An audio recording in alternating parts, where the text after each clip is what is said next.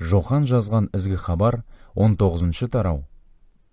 Осыдан кейін Пилат Исаны қамшымен соқтырды. Бір топ жасақшы тікенді бұтақшалардан тәж өріп, оны Исаның басына кигізді. Оның үстіне бір қызыл шапанды жапты. Олар Исаның қарсы алдына тұра қалып, Яһудилердің патшасы жасасын деп шапалақпен бетінен ұра берді. Пилат қайтадан сыртқа шығып, Яһуди басшыларына: «Қараңдар, мен оны сендерге әкеле жатырмын. Одан ешқандай кінә таппай тұрмын. Соны біліңдер», деді. Иса басындағы тікен тәжімен, үстіндегі қызыл шапанымен сыртқа шықты. Пилат Яһудилерге: «Қараңдар, сол адам мынау», деді. Басты діни қызметкерлер мен олардың сақшылары Исаны көргенде: «Айқышқа шегеленсін, айқышқа!» деп айқай салды. Пилат оларға: «Оны өздерің алып, айқышқа шегелеңдер, себебі мен одан ешқандай кінә таппай тұрмын», деді. Яһуди басшылары оған: «Біздің Таурат заңымыз бар, сол бойынша ол өлуге тиіс, себебі ол өзін Құдайдың рухани ұлымын деп жүр», деді. Пилат осыны естігенде бұрынғыдан бетер қорқып кетті. Сарайға қайта кіріп Исадан: «Сен қайдан шыққансың?» деп сұрады. Бірақ Иса оған жауап берген жоқ. Сонда Пилат: «Менімен сөйлескің келмей ме? Сені босатып жіберу де, айқышқа шегелетіп өлтіру де менің билігімде екенін білмейсің бе?» деді. Иса оған: «Көктен берілмесе, маған билігіңіз жүрмес еді. Сондықтан мені ұстап бергеннің күнәсі сіздікінен де үлкен», деп жауап қайтарды. Содан Пилат Исаны босатып жіберуге тырысты. Бірақ Яһуди басшылары: «Егер оны босатып жіберсеңіз, Рим патшасының досы емессіз. Өзін өзі патшамын деген әркім Рим патшасына қарсы», деп айқай салды. Осы сөздерді естіген соң Пилат Исаны сыртқа шығартып, өзі тас төселген деп аталатын алаңдағы төрелік тағына отырды.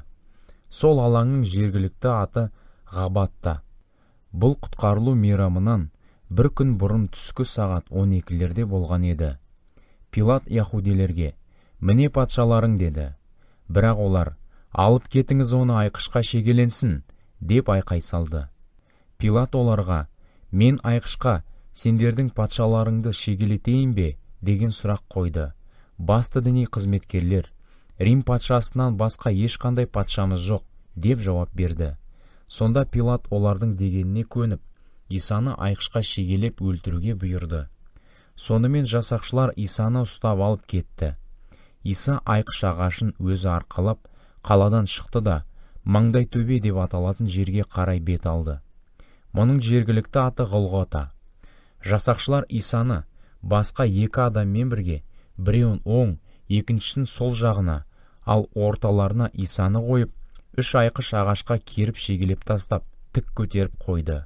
Пилат тақтайша жасатып, айқыштың жоғарғы жағына бекіттірді. Оның бетінде Назареттік Иса, Яһудилердің патшасы деп жазылған еді. Мұны көптеген яһудилер оқыды. Себебі Иса айқышқа шегеленген жер қалаға жақын еді. Әрі жазу еврейше, латынша және грекше жазылған болатын. Ал яһудилердің басты діни қызметкерлері Пилатқа былай деді: «Яһудилердің патшасы емес, мынау яһудилердің патшасымын деді, деп жазыңыз». Пилат оларға: «Мен жазарымды жазып қойдым», деп жауап қатты.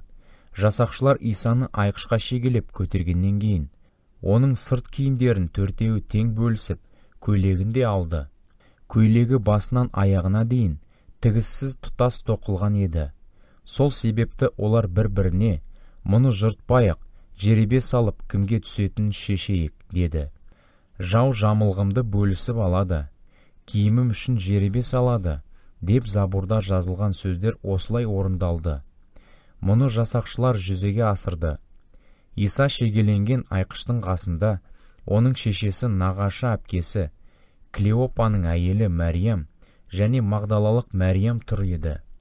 Иса шешесін және оның қасында тұрған өзін жақсы көретін шәкіртін көргенде шешесіне: «Апа, енді мынау сіздің ұлыңыз», деді. Содан кейін шәкіртіне: «Енді осы кісі сенің анаң», деді.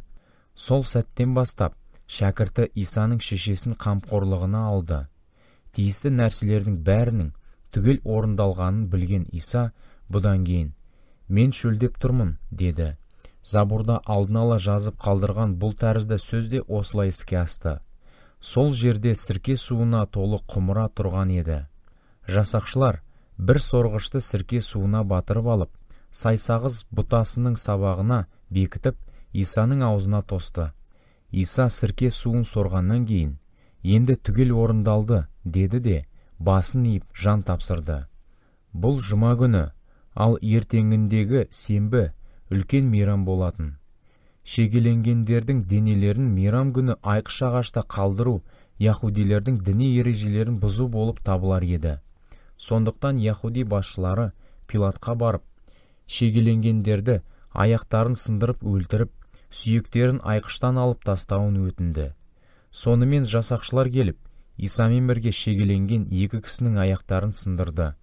Алайда Исаның қасына келіп, оның өліп қалғанын көрген соң, олар оның аяқтарын сындырған жоқ. Бірақ жасақшылардың біреуі Исаның бүйіріне найзасын сұғып алды.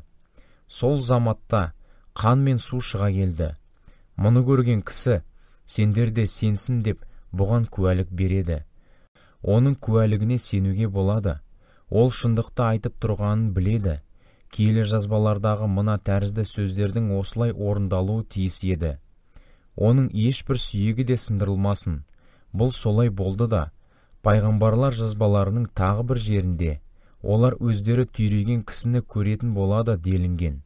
Бұдан кейін Артемиялық Жүсіп деген кісі Пилатқа барды.